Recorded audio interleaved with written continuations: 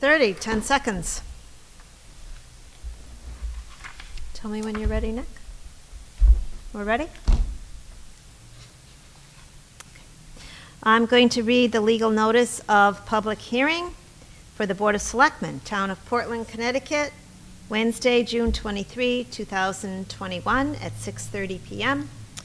Pursuant to Section 1203.3 of the Portland Town Charter, a public hearing will be held by the Board of Selectmen on Wednesday, June 23, 2021 at 6:30 p.m. in the Buck Foreman Community Room located at 265 Main Street, Portland, Connecticut. The public hearing will consider the following supplemental appropriation.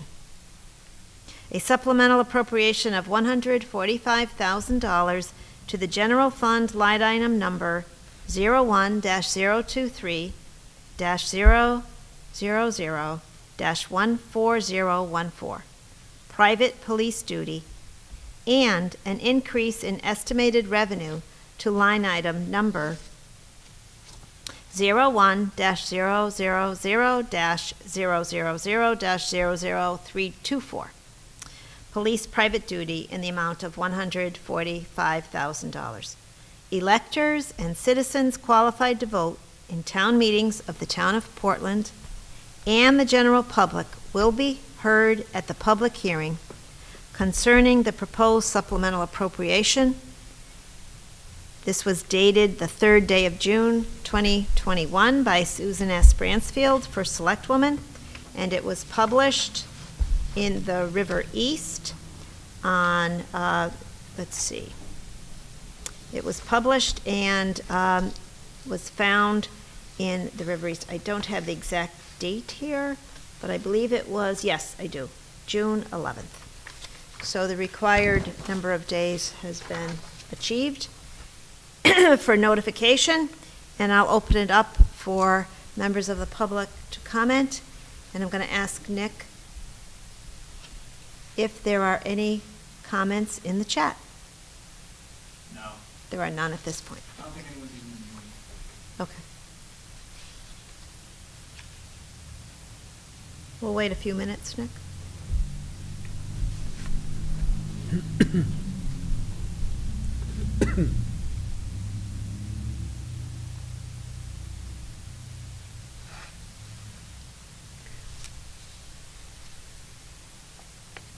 Got closed caption now on the bottom. Mm-hmm.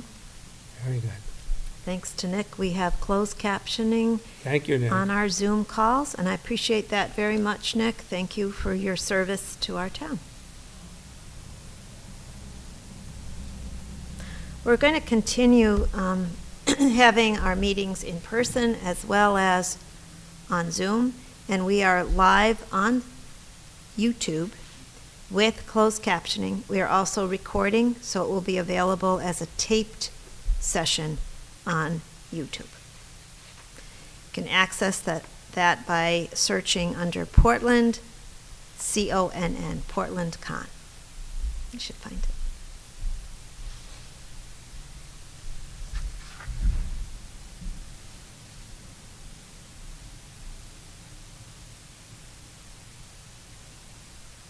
Didn't catch that right. At Portland.com.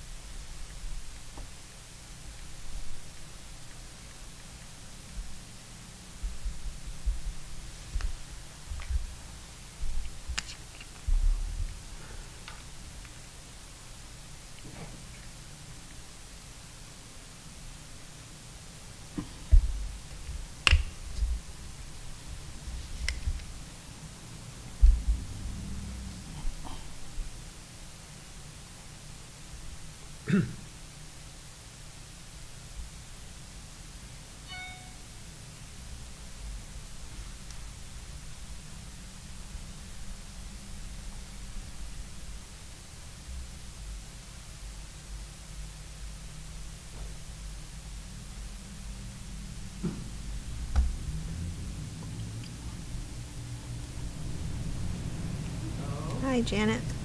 Hey there. We're in a public hearing. Are you here by any chance to comment on the public hearing? No. you're here for the 6:45.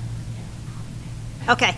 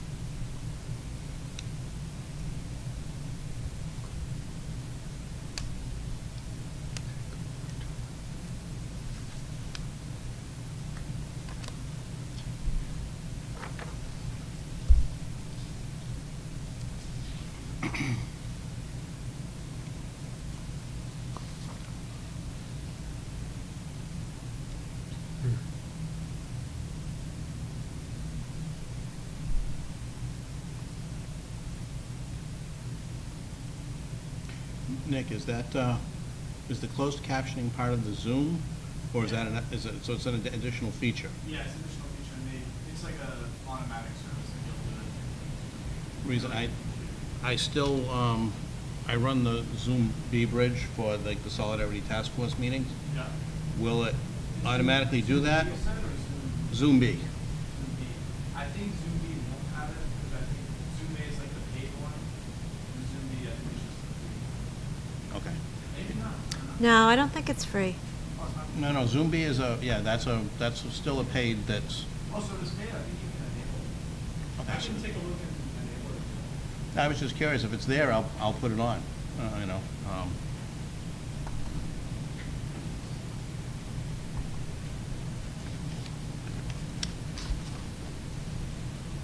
That's a nice feature.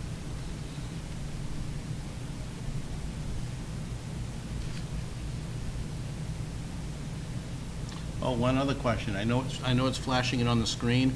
The recording of this, is it capturing the screen? Is it capturing it on the screen as well? So the Zoom recording will save the captions over the caption file, and then YouTube does its own captions automatically. Okay. So we'll have both. Okay.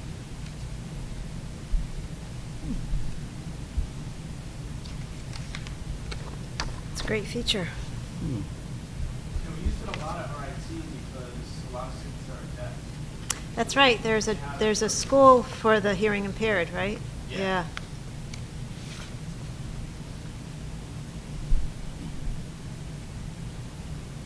Oh, what's the setting? I'm sorry, I missed it.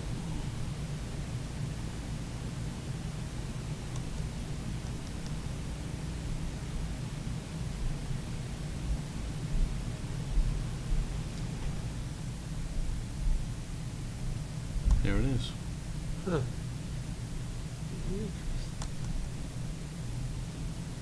Yeah, that line's transcript though, that's not a normal setting now. No, it's off to the side. Yeah. I'll have to look. I'll have to look.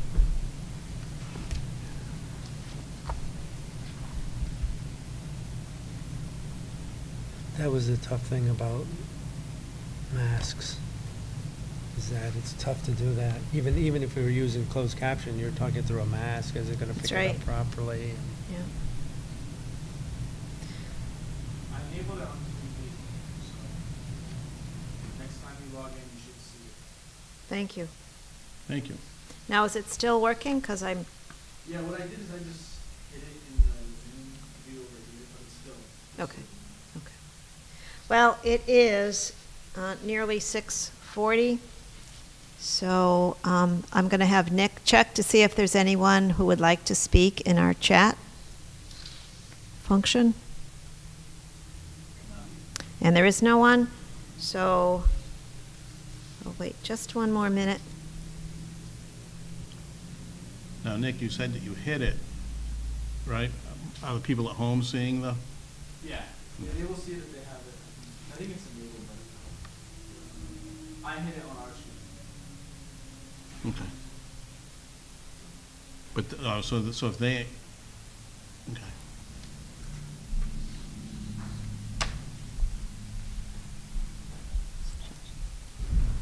I'm going to close the public hearing. It is 6:40 PM. Thank you. You want me to stop it? Yes.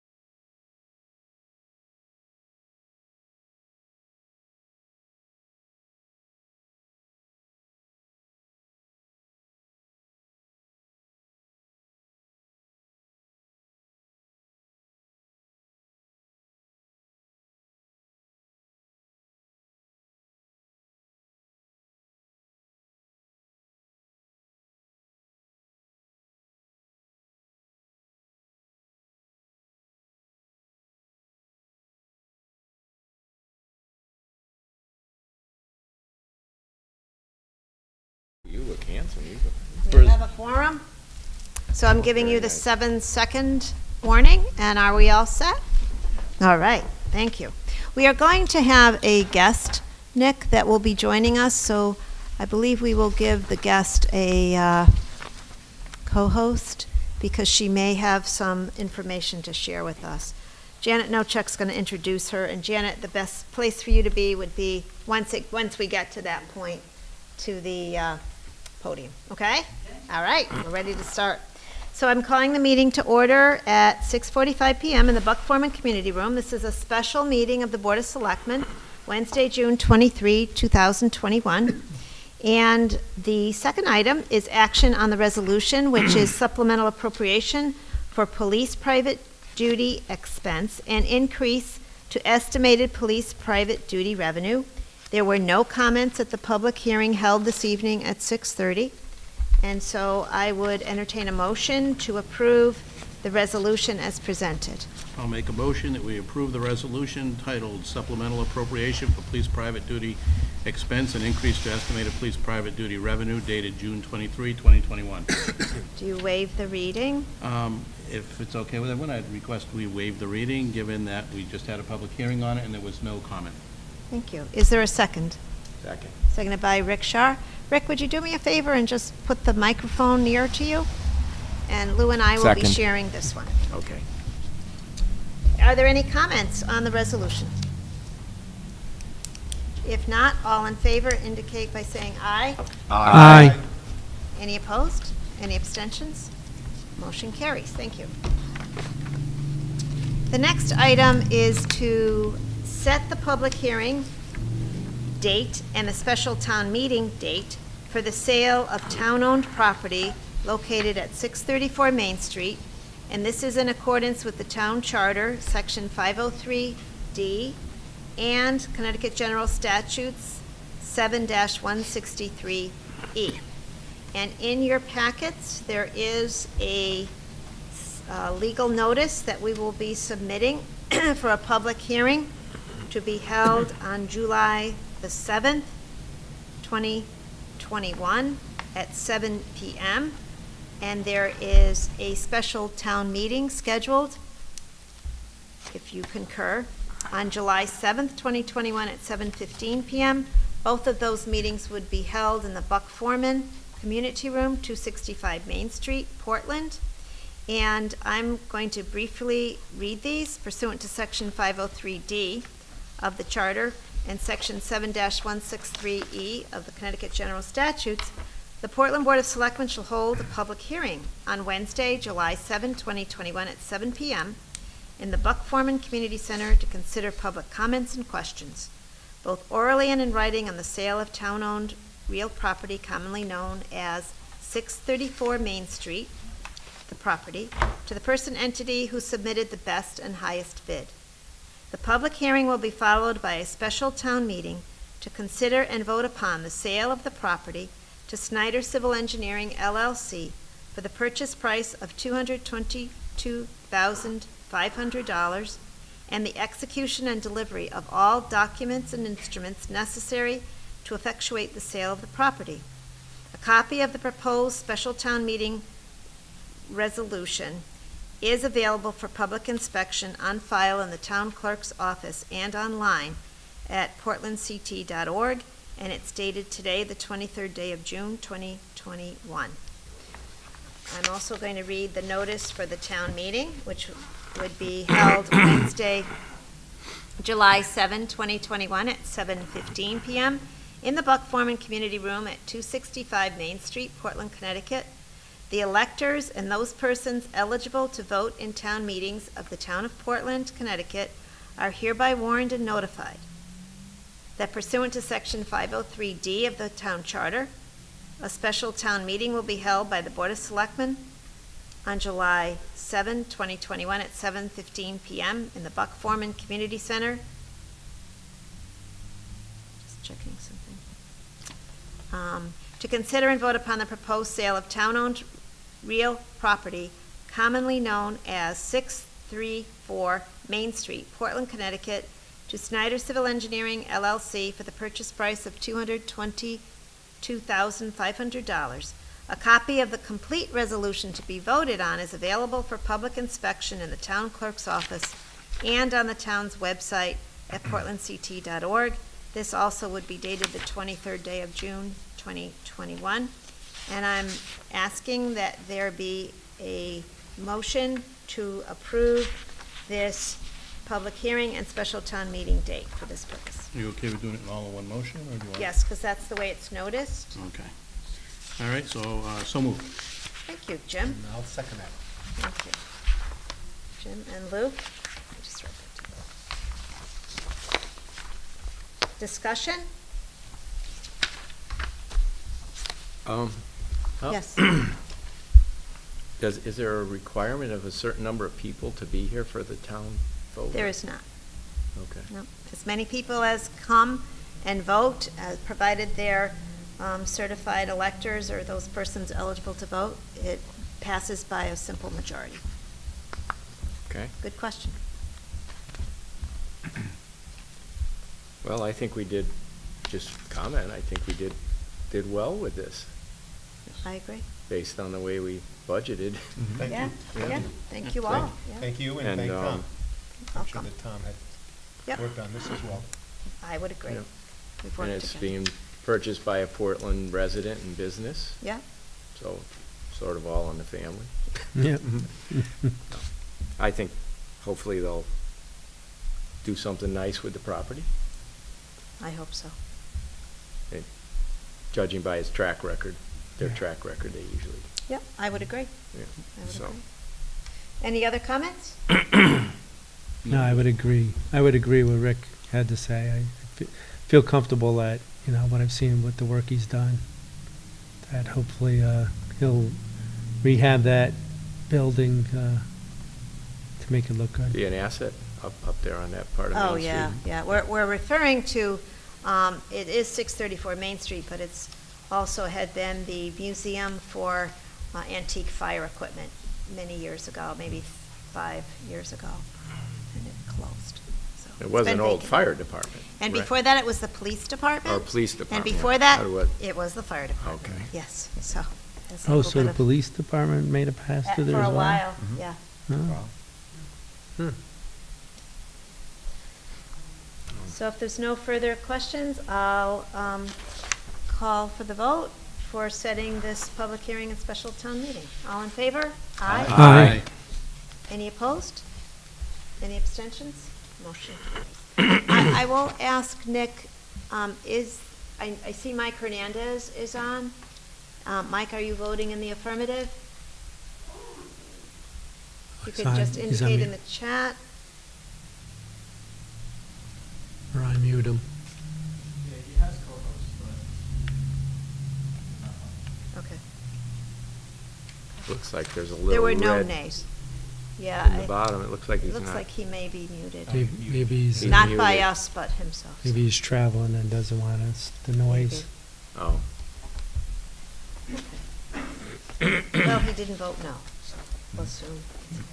guess it's considered an abstain. Um, How's that go? I can wait just a couple of minutes to Yeah. call the question. Sure. Either thumbs up or thumbs down. Jim, text him. Sure. Can he hear us? Yeah, he should be. Yeah, he may be working on it.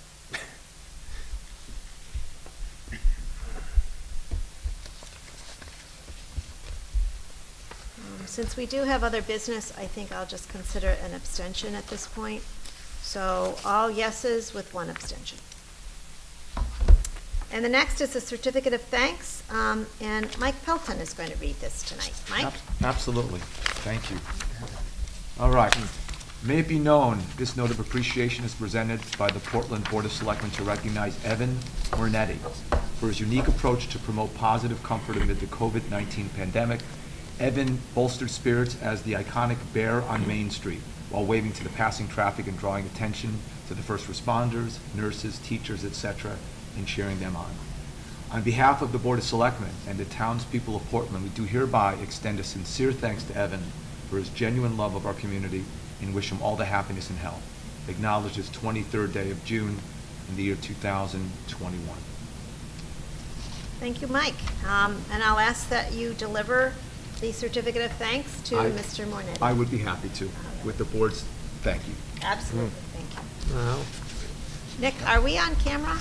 Because our screen is not showing that. Yeah, so I stopped the view that we can see. You can't see yourself. Okay. But you are. We are here. So there's, It's just if someone talks on Zoom, if we go to that, it'll cause issues because it'll see itself as a mirror. Thank you. so we have a I name need to behind know it. if our guest is here. Exactly. We only have Mike and So she's not here yet. Yeah, April was briefly here, but then she popped out, so I don't know. The next item is our Equity, Diversity, Inclusion Training, which is going to be presented by KJR Consulting. And Jan Nochek's going to introduce this item for us. Director of Portland Library. Hi, Jan. Hi there. Good evening, all. I'm very pleased to introduce our speaker, our presenter. KJR Consulting is a very trusted consulting group, and they've specialized in leading organizations through change. They have been engaged by many organizations and municipalities in the Connecticut Connecticut Council of Municipalities has had them for many trainings for many of their leaders throughout the state. And I have heard good things personally about their training from other librarians and other people in cities. So we are going to hear from Heidi Hansen, and she is a certified change management professional. She has more than 17 years of results-oriented learning and development experience. She holds a Proxy Certified Change Practitioner status, and she holds a Master of Science degree in Instructional Technology and a Bachelor of Arts in Theater Arts, so she should be entertaining as well. So during this session, we will learn about the importance of recognizing and addressing how unconscious biases impact our organization and ourselves, and have some tips on how to address those. Thank you, Jan. We're going to take just a little break to make sure that we have the technical connection, and it looks like It's April. she's not here yet. So we'll just wait a couple minutes.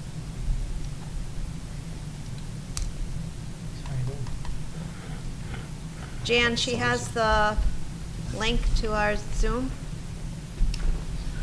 The speaker is not quite on yet. It's been quiet for a while. Mike, Actually there today. Mike? Mike? Yes. Evan, is he the gentleman that takes karate lessons with you and helps teach? He is not, no. Oh, okay. No, it's someone Different else. person. Okay, Someone else. nice. So how'd you I figure did out notice that Just uh, had to you're there. It was nice. Can I have a motion to take a brief recess? I'll make a motion that we recess. Is there a second? Seconded by Rick. All in favor of taking a brief recess? Aye. So we'll just pause.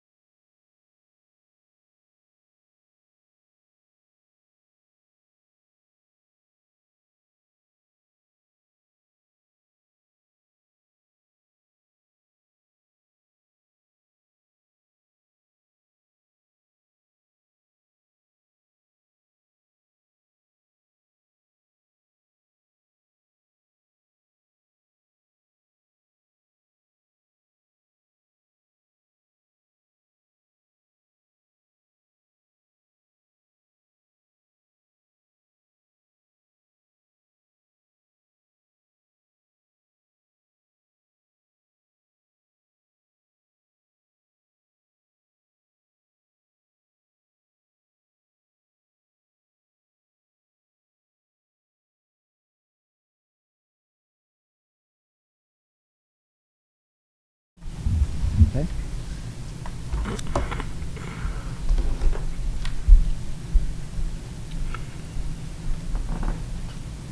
So are we back on?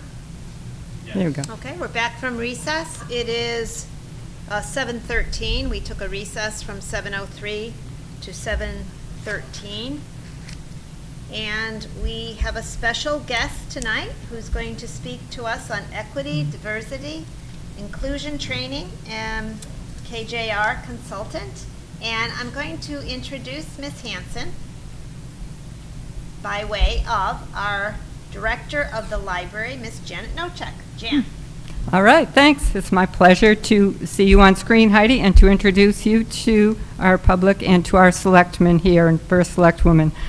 We know that Heidi Hansen is a certified change management professional with more than 17 years of results-oriented learning and development experience. And we thank you for coming and look forward to your information and helping us deal with the subject of implicit or unconscious biases.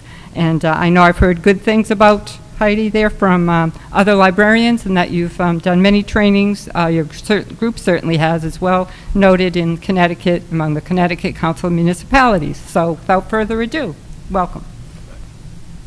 Great, thank you so much, Janet, and thank you everyone for having me here. I am Heidi Hansen here, we're KJR Consulting, and we're here to talk about unconscious bias. I'm going to go ahead and share my screen. I'm also going to track out just a reference material for our session here. I'm not so sure I can do that in your Zoom room. What I'll do, Janet, is share that with you afterwards so that you have that resource. So let's go ahead and share my screen and let's just dive right in. Okay. All right, so we're here to talk about managing unconscious bias. The first thing I'd like to do is to ask the group if you can utilize the chat, if that is helpful. No, I'm sorry, Heidi, that's not going to be available to us because we are not using Zoom individually. We are live. You are on Zoom, but we are live, so we do not have the chat. So we can speak to you pretty quickly and openly. And maybe just before you start, I'm just going to have each of us introduce ourselves. One of our selectmen is listening only. He can't be with us tonight, but he is listening. His name is Michael Hernandez. And I'm going to start with Rick Shar, and each of our selectmen will say hello and tell you their name. Rick? Hi, Rick Shar, member of Board of Selectmen. Good evening, my name is Lou Pear. Good evening, I'm Jim Tripp. And I'm Ralph Zampano. Hi, Heidi. I'm Mike Pelton. Nice to meet you this way. Nice to meet you. Okay, so I think we're all set. Thank you, Heidi. Okay, thank you. Well, the first thing I just wanted to throw out there as we get started is just to take a moment and reflect, and you can just verbally share. What do you prefer, a cat or a dog? Are you a dog person or a cat person? Well, I kind of like that cat in particular. I'm a cat person.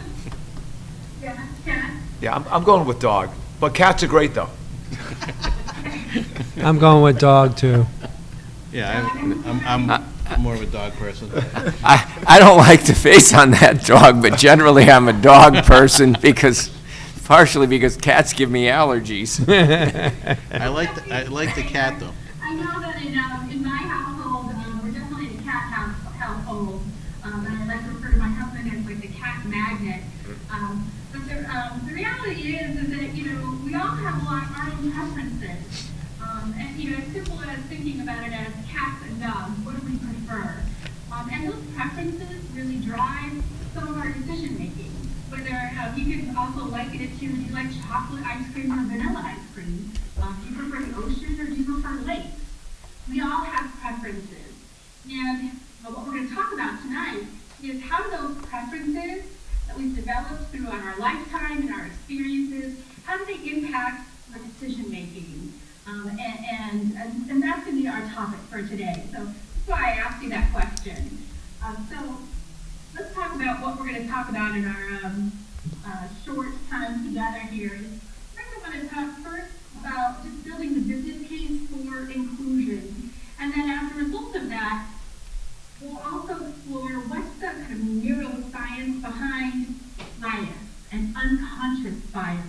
break that down, and then we'll talk about, I'll provide a tool and strategy for how do we bust that bias, how do we decode it, and manage those moments of bias when they occur.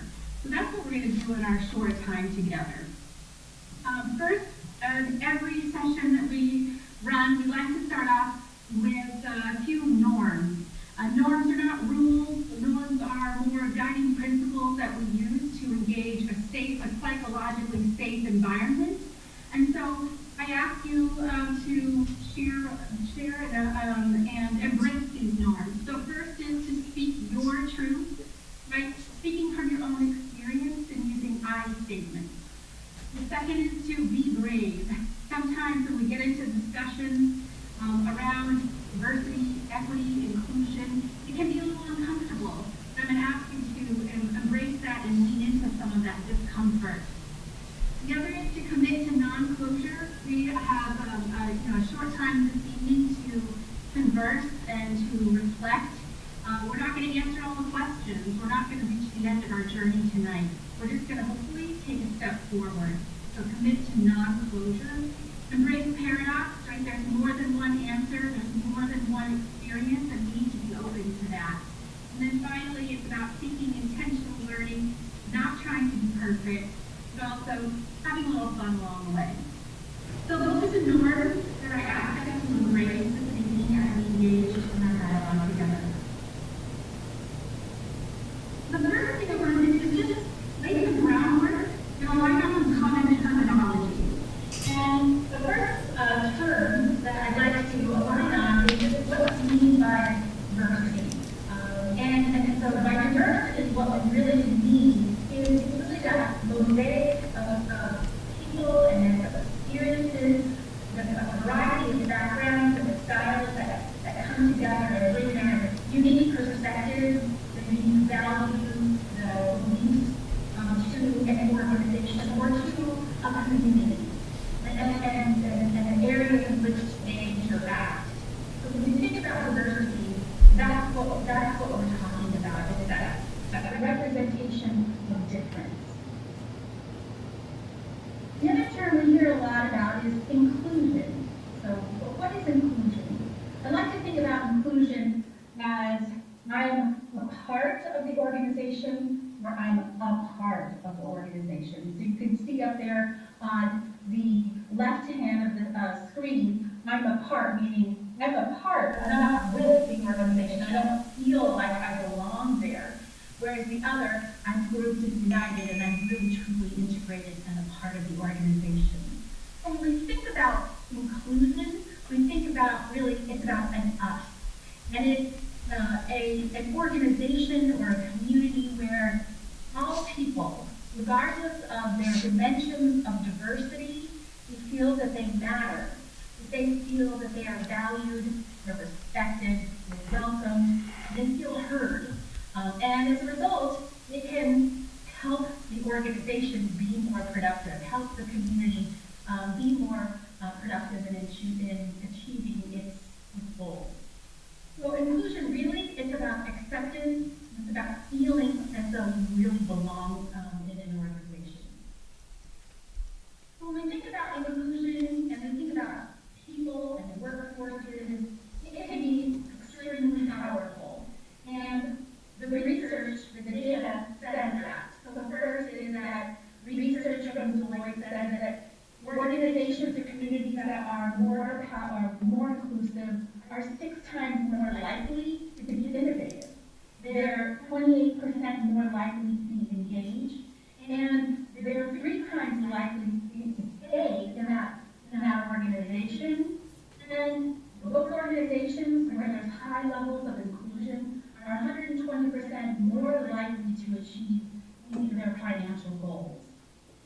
So it's pretty powerful. Inclusion, inclusive organizations, inclusive communities can be quite impactful. So I'm going to pause here and just ask you, when you think about inclusion in the town of Portland, whether it be within your community or whether it be within the municipal government, what do you think is the state of inclusion in your community or your local government?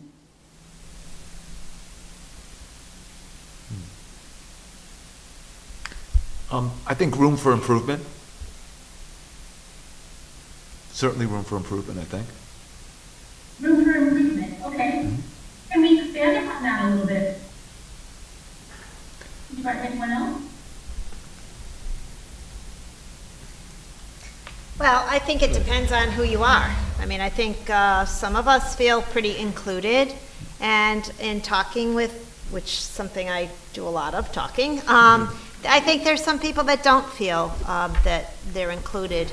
And I'd like to think we're trying to reach out to more people and get them involved, but I understand that some may not feel as included. Just- an effort there. Well, go ahead. Right, just as a major structure within the community, there must be at least 20 different, maybe more, subcommittees within the town or commissions. And within each commission, those people feel that they're empowered to do something to improve the community. So there's some inclusiveness there. When I think of the school system, we have a very inclusive setup there with teachers and students and administration, curriculum, and the coordination with all that's going on is trying to help and make sure that every child is included. Thank you, thank you. Anyone else?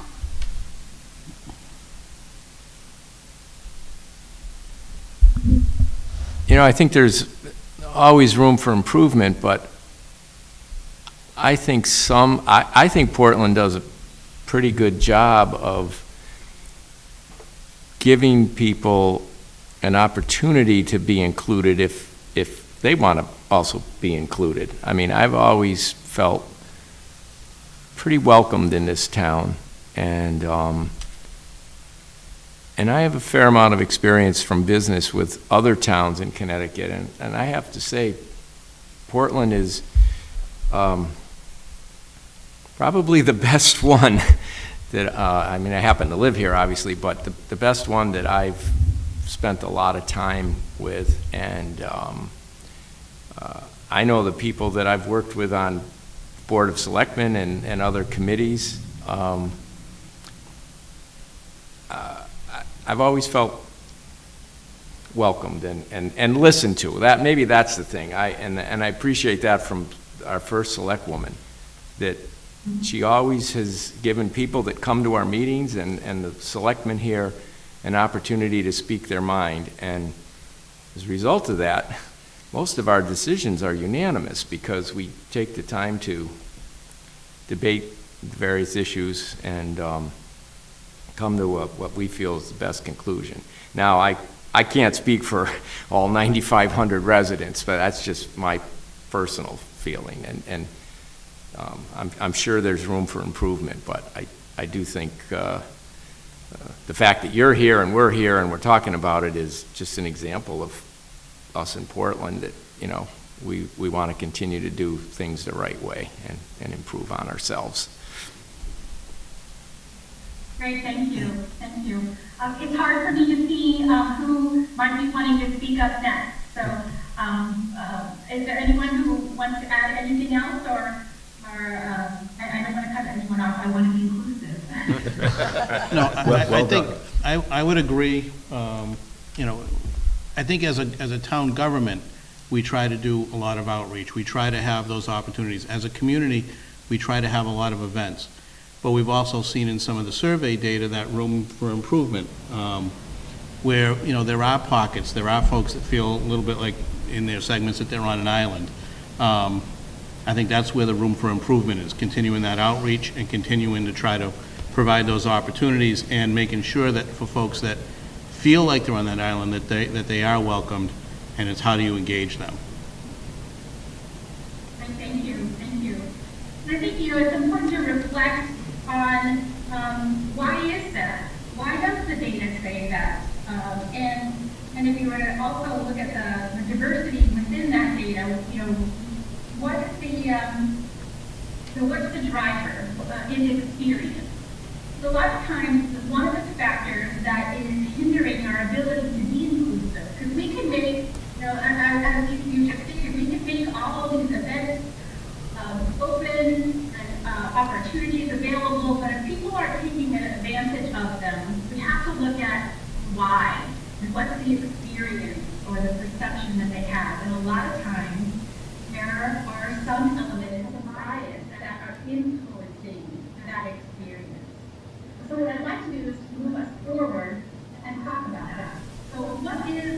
bias. And bias really, as we talked about earlier, are you a cat person or are you a dog person? You like chocolate or vanilla ice cream? It's really about a preference or a predisposition that you might have as either for, in favor of, or against things of a person or a group. And it can be regardless of what the evidence shows you. So let's look at a couple of examples of that. So the first example is orchestras. So orchestras historically have had far more men than women. Back in the 1970s and the 1980s, women started to complain that they couldn't become part of the orchestra.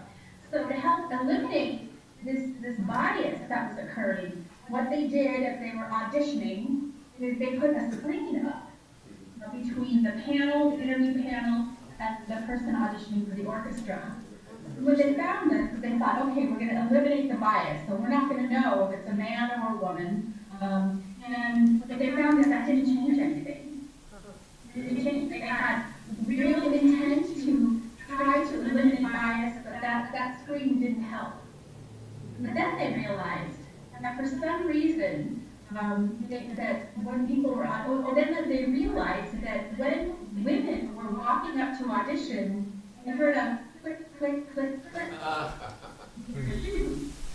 They heard the shoes, they heard that sound. So unconsciously, they knew that it was a woman. And so what they did is they asked everyone to take off their shoes for the audition. And now this is a standard practice. And over the years, what they have seen is an increase in female in the orchestra from 30 to 55% increase in the higher. So that's one example of they had the best of intent, but there was some other unconscious bias that was at play that was limiting the inclusion of women in the orchestra. Another example to share here is a study done by NYU. So what they did is they sent out 6,500 real emails with 260 real universities. And they sent them an email. It looked like it came from a real person that was asking to meet with someone to learn about the PhD program at that particular university. So what they did is they randomly assigned a fictional name or person that sounded male or female, white, or Hispanic, black, Indian, etc. And what they found is that it was that white males were far more likely to receive a response back than if you were in any of those other categories combined. That's pretty impactful.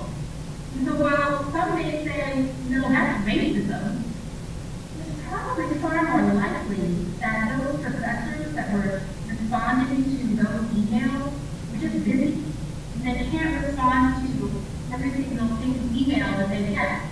And it could be that just it was that their subconscious made the decision for them, that they were, their biases were coming through as they were sorting through emails.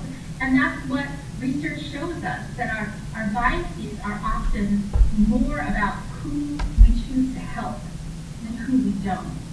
And that we tend to help people that are similar to us. So just another example of how bias can prevent opportunities and inclusion for others. So it's human to have bias.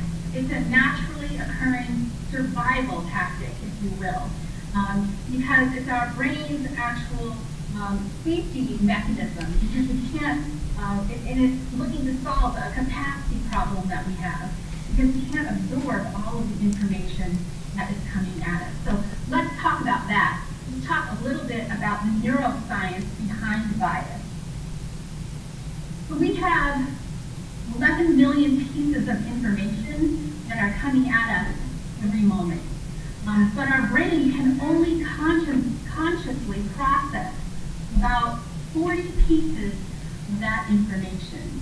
So what does that mean? What it means is that we're unconsciously, without knowing it, processing millions of pieces of information at the same time very quickly. That's how the brain works. We process images in as fast as 13 milliseconds. And what researchers have found is that the only way that our brain can do that is to really look for concepts that we can grasp onto, and those concepts that are based upon our own lived experience. And what they also found is that while we're doing that, our brain is actually starting to take action or initiate action before we're actually consciously aware of that. So about like a half a second before we're consciously aware of what we're thinking, we're already taking some kind of action. And so it's the actions of our unconscious mind that are really preceding the arrival of our conscious mind. So a lot of all of this happens without us even really knowing about it. And the way that it works is that information comes into our brain, we're processing it, and then our brain has to take a mental shortcut to achieve a conclusion. So as we're bombarded with all this information, our brains are automatically filtering. And now some of that information we filter out. And that's actually useful information. So unconscious bias, if we were to really break it down, is really, in the simplest of terms, it's about information, beliefs, stereotypes that affect the way that we're processing information. It affects how our brains are automatically filtering. Because it does this, it also impacts perceptions that we have and the way that we respond to people, to places, as well as to actual situations. And so our perception and our responses then may be filtered. We need to be able to recognize that and be able to manage how that unconscious bias influences how we're perceiving people. About someone's gender, their gender expression, their sexual orientation, their ethnicity, their function or their role, their class, their physical ability or cognitive style, their culture, always using that past experience and we're making judgments or assumptions. And the goal is and that impacts our thinking and all of our decision making. So we need to be able to recognize the impact of how all of that, how we think about people, how that causes us to consciously or unconsciously react differently to different people who may actually be conveying the same information. It's human, but we need to be aware of it, we need to manage it. And this impacts our ability to critically know and make critical decisions.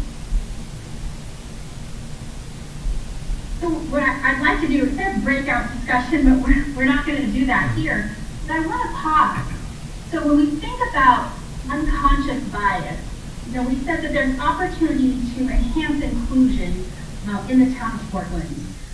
We said that there are, it was shared that there are some groups, based on survey data, that may not feel, they feel as though they're out on an island.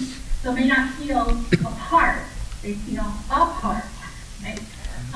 So I'd like to just open up the floor for some discussion, thoughts on how bias may be impacting that experience.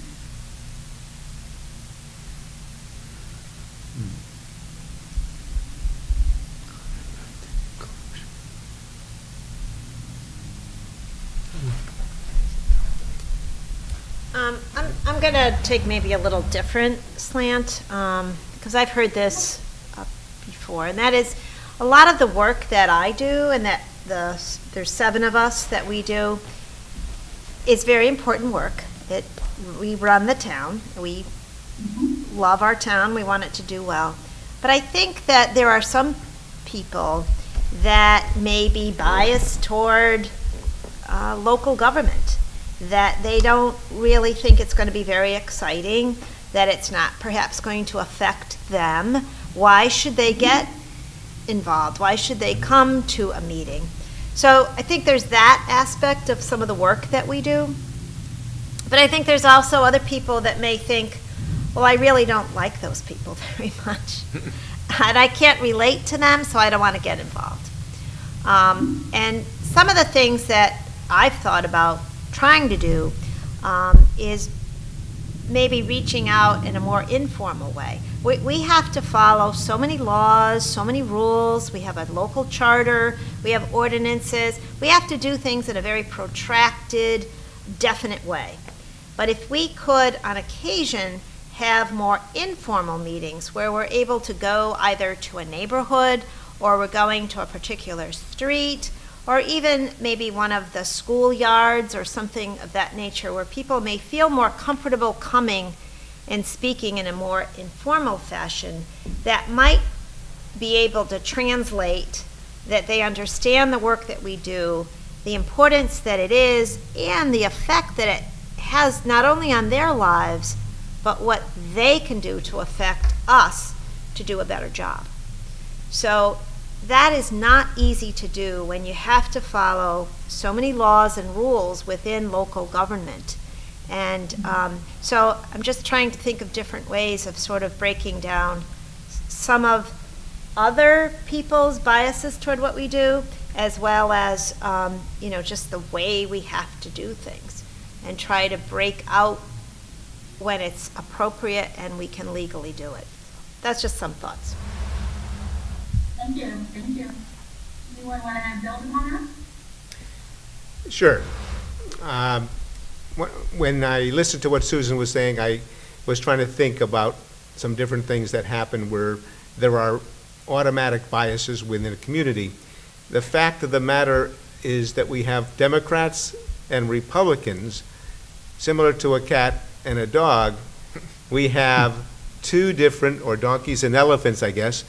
We have two different parties, and the people within those parties have a bias one way or the other. The nice part about it is that we are an inclusive governmental body made up with people from both parties. I think that because of that, it becomes a more inclusive model, and I think that the people in the, within the community feel that their messages are being heard. Yet there are some people within those groups that have bias, that believe that nothing can be done correctly or efficiently because they're politicians. So there's another bias. People don't like politicians. At least, that's a label that we are given. So there's a bias there that no matter whether we are Democrat, Republican, inclusive in doing our job, there's situations where you're not going to please all the people all the time.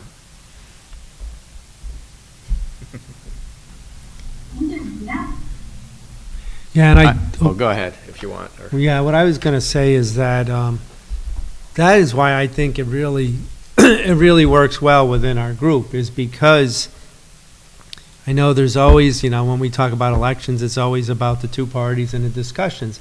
But at the end of the day, it's the individuals that come to the table and how we're going to achieve what we have to achieve. And we've had a really good group these last couple of years, and actually beyond that, but speaking specifically the last couple of years, where we worked well together. And ultimately, when you look at the government, it really, when you look at what we have to do, it's really based on what we believe is best for the town. And that's what everyone brings that to the table. I've never once had any doubt that anyone sitting here hasn't looked at it from that standpoint. I think what may come into play is that, and the challenges we always have, aside from obviously political parties, is, are we really representing the intent or the thoughts of everyone? And we continue to strive to try to find a way to bring those other groups in, and it's very difficult. We even see when we have votes, town budget votes, we get 10%. We can't even bring what would consider the general group in. So trying to bring other groups in is our challenge, and trying to bring them into the fold as well. Great, thank you. And I think you hit upon a really important point, which is you as a governing body are very inclusive and feel as though there's bias against placed upon you, but you're also, I think the challenge is how do you then go out and make sure and help other people see and eliminate that bias or reduce it, robust it, as I would say, by helping them know that you are making sure that their input, their perspective, is heard, their values are represented. And then therein, it sounds as though therein lies the challenge. Would you say that's correct? Yeah, I Yes. think so. Yeah. I mean, as you said earlier, we all come with our own biases, we come with our own backgrounds, and, in listening to your presentation and others that I've attended, I know there's people that of a different gender, a different orientation, a different race, a different religion. They and I may not always understand one another. I will say that. And I think over the last couple of years, the town has formed some different groups to try to explore how we can listen to one another a little better. And age is another, certainly another factor that is not always easy to understand, perhaps with someone who's 10 years older, 20 years younger, where they're coming from and how it is, how I'm being perceived and how I'm perceiving that. So those are some things I'd like to work on, I guess. Well, let's talk about that. And we've had to transition into our next topical area here. Is what do you do about all of that? In a perfect world, you have, we feel one of the factors of inclusion is that I can see myself in the organization, or I can see myself in this governmental body. There's representation of my, and some of the dimensions of diversity that I embody. But that's not always the case. And so what can we do to break down those biases if we're not there yet? So let's talk about that. So we're going to talk about what's breaking bias. How do we do that? So what I offer to you is what we call our bias buster model. Like, how do we decode it and really understand what is happening? So the first thing that we do when we're decoding bias is we really need to reflect and identify what might be those actions or those behaviors or thoughts that might indicate that bias is at play. So what is that trigger that might be at play? And oftentimes those are situational, and we'll talk more about some examples of that in just a moment. The next thing that we do is we need to manage our mindset.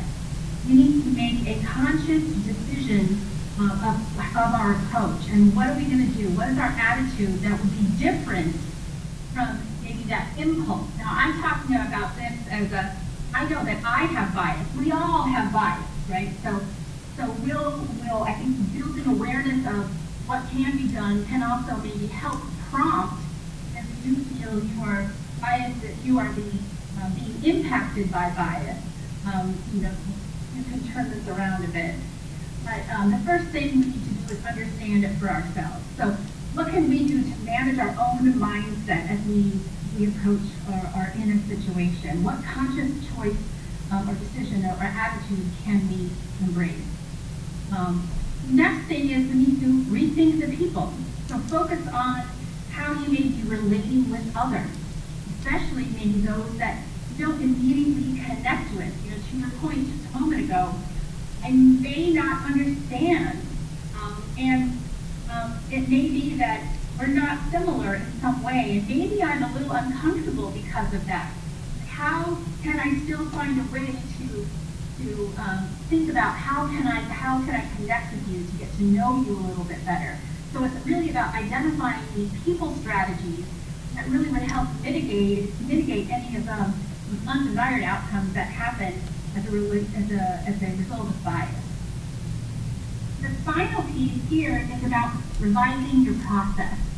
And so that's about trying a different way to approach someone that might open up possibilities or options. To your point a moment ago, the town is taking efforts to find new ways within the governmental procedural constraints to find ways to connect with the community and those who may not feel as though they're included. So inclusive practices are going to rethink and revise the processes so that they engage more people that you can interact with that may not be similar. So at a high level, when we think about decoding and busting bias, these are the core steps. But let's walk through an example. So the first, I wanted to that we would come back and talk about some of those triggers. Those triggers are often situational, and they often occur because of, hey, I've got to respond really quickly. We live in a busy world. Everyone doesn't have enough time, so I need to respond quickly. And as a result, I go with what I know. I let my brain filter out information, and I make a quick decision, and I move on. The reality is I made that decision based on all my lived experience. And so maybe there was bias at play there. So that's one example. Maybe there's some standards that have bias just integrated into them. So that's an example. There could be a lack of accountability for being inclusive. Maybe there's a lack of training or awareness that of how someone is interacting with another person. Maybe there's a trigger because there was a lack of a positive. There was a lack of a positive experience in the past with one individual or one experience, and now that has shaded your interactions or your thinking about your interactions with others who may be similar in the future. And as a result, maybe there's a lack of trust or a lack of empathy to someone who lives experience, a lack of understanding. Or maybe there's just some threat. You feel threatened, or honestly, sometimes triggers happen just because we're tired. We're really fatigued, and as a result, your bias might come into play there. That might be a trigger as well. So one common bias that we see is that similar to me bias. And so similar to me bias is where we have a tendency to really tend to favor someone or judge those who are we tendency to have a higher favorability of those who are similar to us. So that's really what similar to me bias is. So let's take that bias busting, decoding model and apply it to similar to me bias. What would we do?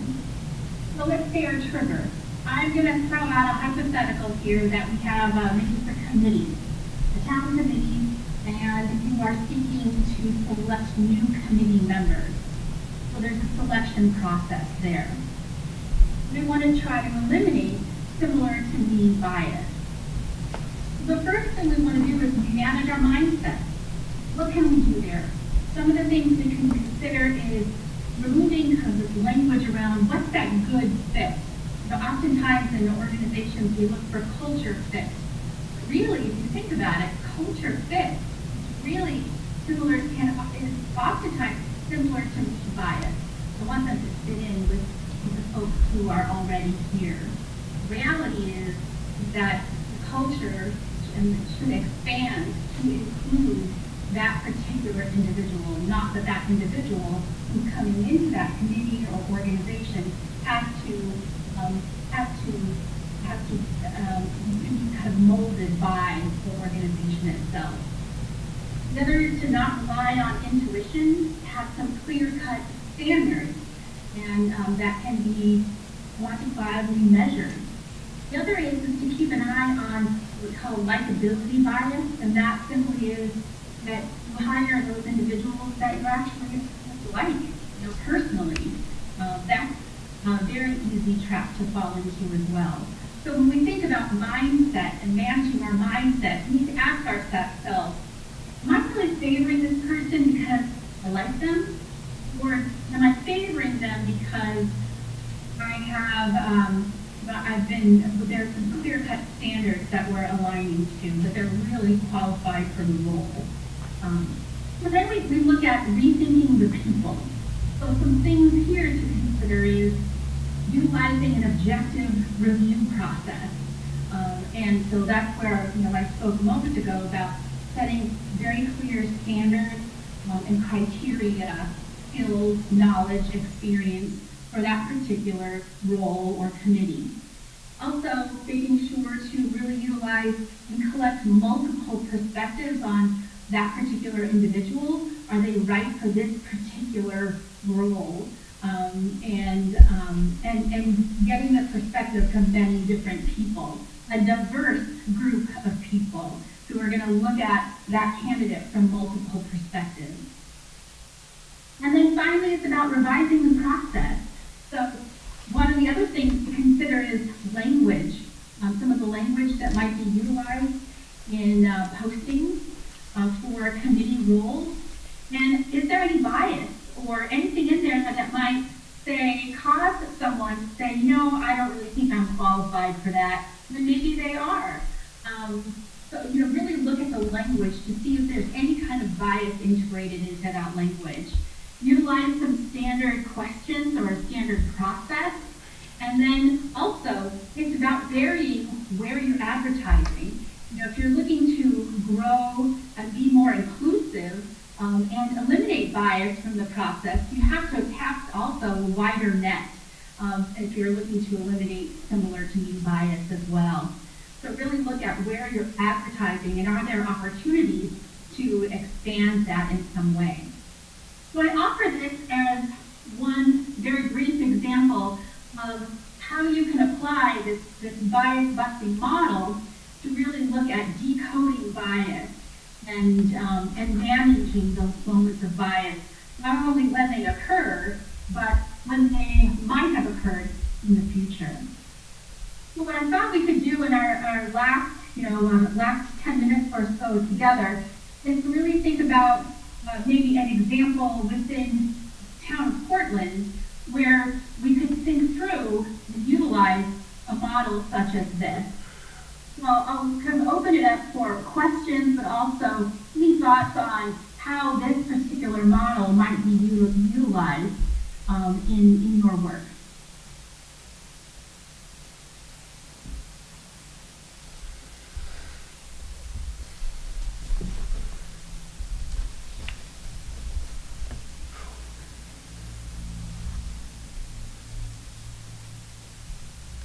So some of the things that were identified earlier were, we need to get out and gain more understanding of different pockets within the community. Is there a way we can maybe apply this there, or maybe we look at just the community committee process. Well, I think that in the revision of the process, the things that come to my mind when I think of that is that in the interview process, when you're hiring people, make sure that the questions are of non-bias. Make sure that you think of the questions before you ask them so that they are questions that they can understand. And when I think of that, I think of in the arena of an education setting, there used to be a test, a standardized test for students. And one of the items on the test is a visual piece, and that was a clothesline. And kids were in third grade and they had to identify what that was. Now, if you live in a home that doesn't have a clothesline and all the clothes are dried in a dryer, they will not know what that clothesline is. So my comparison here is that when you're interviewing someone, you kind of have to know what the people that you're interviewing are and what their experiences are.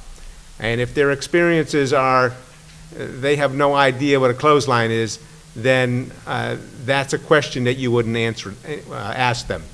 So I'm just thinking in revising the process, in the interview process, and you want to have a diverse population when you hire. You're going to be a equitable, free society to hire different people. You want to make sure that you can ask a question to a lot of people so that there's no bias in the questioning. Absolutely. Why do they need to know what a clothesline is? What's the root of what you're getting at, the root skill? And is there another way to answer that question without, having to know what a clothesline is? Right? Yes? Anyone else? Well, I think that when we look at committee selection, there may be opportunity for us to simply put out on social media if there's a particular committee that we're looking for people to express interest in, and then take a look at whether there's other places we could, quote, advertise. I mean, people frankly don't read a lot of, unfortunately, many people do not read newspapers as a piece of paper. And a lot of what we do in our local government is advertise in newspapers because we have to. That's what the law says we have to do.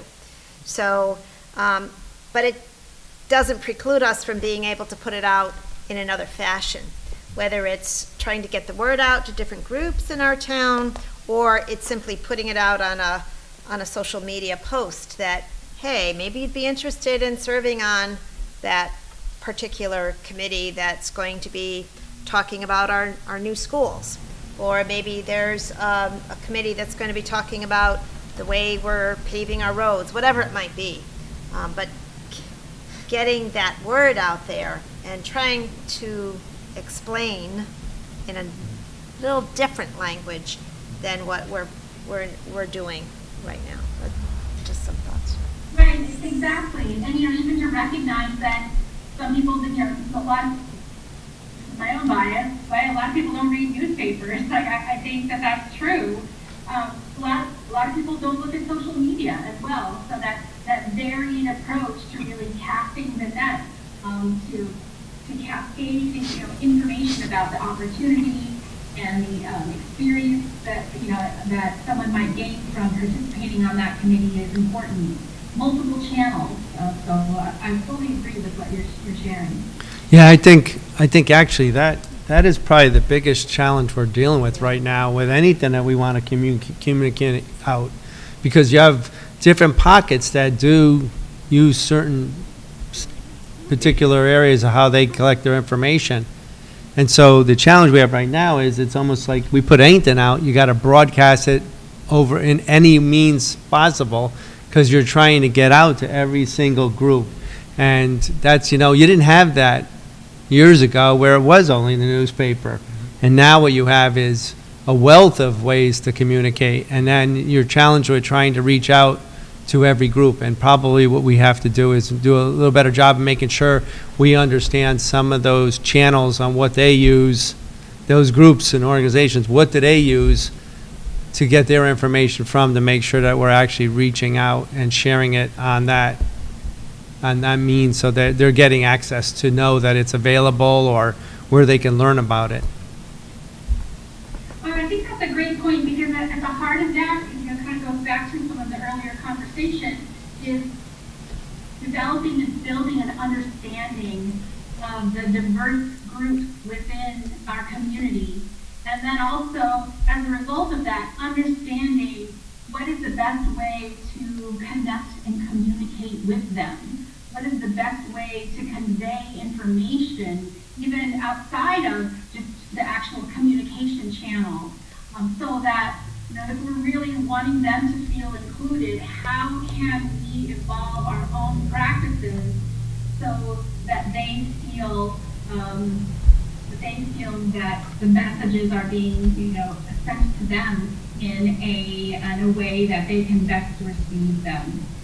I think that's a really important point, but you're right, it takes a lot of effort. Do you have any suggestions, Heidi? I think you're a good communicator. Are there some things that maybe other communities do to bring in diverse folks from different races, different ethnic, different economic groups? What are some techniques that we could explore? Sure. So, you know, one of the first thoughts that comes to mind is to building maybe some alliances, or what's the word I'm looking for? Alliances within the community in certain pockets. So understanding what are those groups within the communities that are not feeling represented or welcomed. Who, you know, is there a person that can be that conduit, that connection to that community that is more of like a community advocate for their particular community, that gives a channel by which you can then you learn more about what's the best way to communicate, what's the best way for us to learn more about how we can ensure that they feel welcomed, that their perspectives and values are represented and that that's demonstrated. So that's the first thing that comes to mind. Is maybe a community advocate. And the other piece there's, you know, is taking a step back and reflecting on what is across your community, what is the level of understanding? Is there opportunity to connect different groups or cultures within your community, and how can that education occur so that folks start maybe mingling if they're not already? I'm making a lot of assumptions, so I'm just going to say that up front. But what are some ways to do that so that folks can learn about each other and then feel more included, not just with the government, but within the community as well.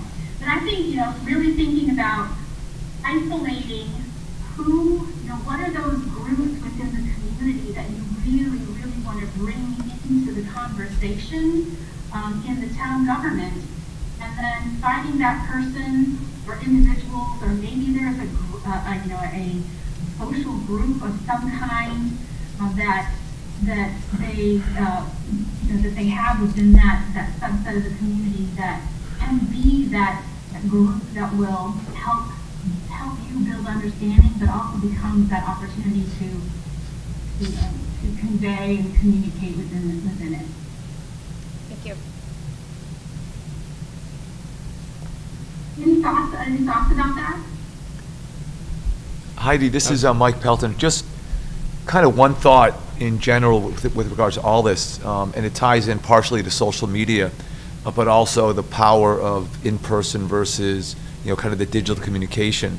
My experience has been there's so many different various platforms for social media, right? And, you know, you see such a diversity of opinion. I use that in multiple purposes, right? You know, the good, the bad, the biases become very, very visible.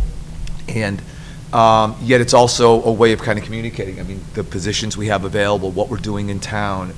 We have a new park, for example, in town, and there's a diversity of opinion on what's happening with it, right? You know, and people, different points of view. So you at least get a chance to see what people are thinking and be able to kind of address that.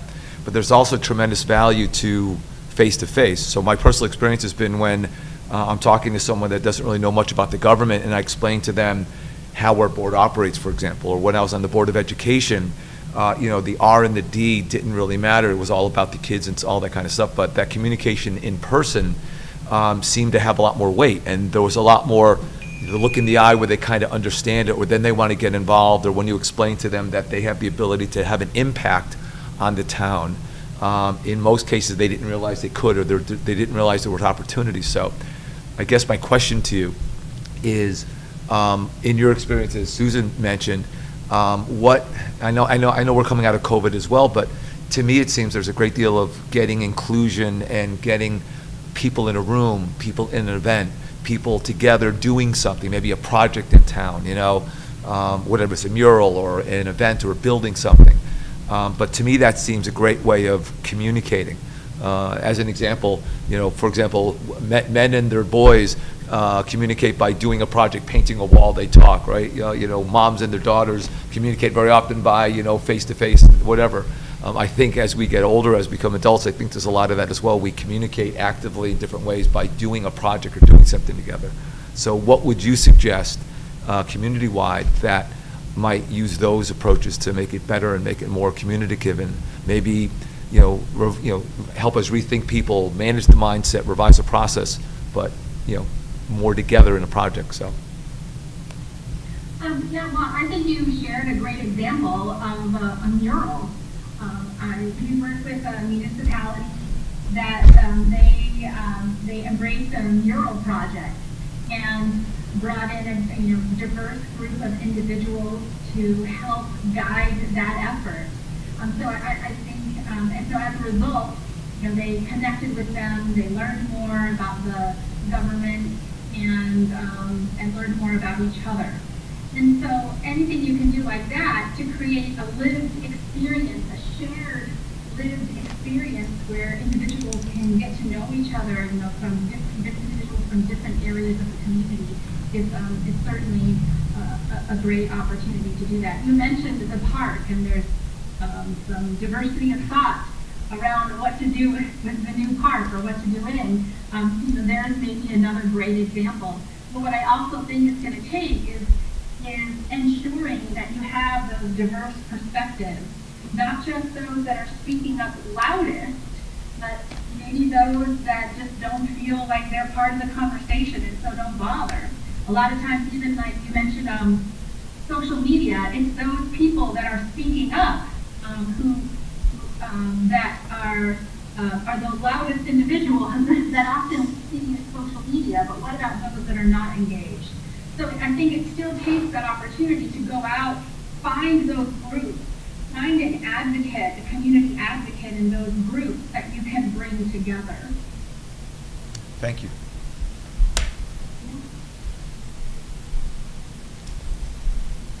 Any other thoughts to share? Well, a couple that I have. One is, pre-pandemic, our meetings were held in person only. And one of the things we've talked about is now we've all gotten very familiar with Zoom, and it's a great tool. And what we found is that even in the pandemic, attendance of meetings has gone up. People that maybe couldn't get there because they got out of work late or had young kids at home can now attend meetings, and there's more engagement that way.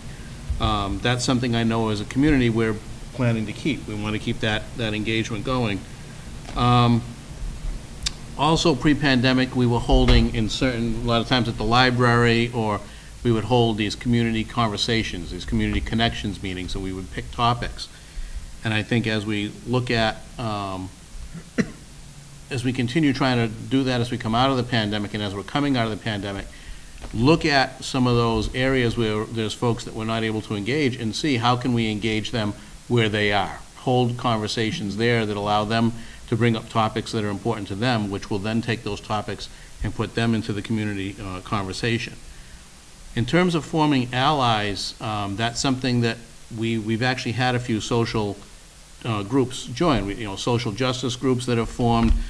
We have our task force on solidarity, which has been set up here from the Board of Selectmen, and they've had some significant tasks that were laid out over the last 9 months or so, things that they've been working on, culminating actually with a very good Juneteenth event. That's one way that we've been able to also have some connections into various groups that aren't always, fully engaged. That's going to become a permanent committee. And that's another place where we, in terms of creating those alliances into some of those areas, some of those groups in town that may feel they're not always heard or not always on an island. But when we're having those conversations, when we hear what's on their mind, they can bring up, topics that are important to them, even if it's getting engaged on other committees. It's a way to share information where folks are. and broadly, so. That's a powerful point, is not necessarily always making folks come to where you are, but meeting them where they are. And Zoom, you're right, it's a great tool, because people have very busy lives, but a Zoom meeting to hop on a select board, I know that even in my own community, I find it, I'm able to hop onto the select board meetings now and school committee meetings because they're on Zoom. So it's a great practice, but I think meeting people where they are is really also very important. Thank you. I was going to suggest the meeting people where they are. I was thinking as everyone was talking, almost like the topic about the park. Maybe we go up there and we have like a focus group, or we have our meeting up there. And, or in business, we would always have, we'd go to different places and have focus groups and invite specific people from a demographic area or a part of town or a community as a whole, try to get a cross-section and have them come in and sit around face-to-face and actually, talk about various topics that concern that particular organization. And I'll just say this, as a citizen often coming to Board of Selectmen meetings, and you're sitting out there in the audience at this panel up here, and we're following some sort of formal guidelines, it's rather intimidating, and it's, at least I've experienced it, a certain nervousness, like I'd want to say something, but I'm there looking at these sort of stoic people up here, and it's hard to, for the general public oftentimes to just come up and speak. And I'd like to somehow, maybe if occasionally we have sort of a more informal meeting, and where people can just feel a little more comfortable about speaking up, because I know whether it's on Zoom or even here in person, there's a certain formality, and I know as a citizen, oftentimes I was reluctant to get up and speak. Occasionally if it was a really major thing, I'd get my courage up and would say something, but I'm sure others feel that way, so. Good point. Yeah, another great suggestion, focus groups, or if you can take the select board meeting, on the road. I know it's hard to do that, then still have Zoom and such, but a series of focus groups in different areas within the community, at that park, it seems like one great opportunity. But in person and within the community that those individuals reside can help them feel more comfortable. You're right.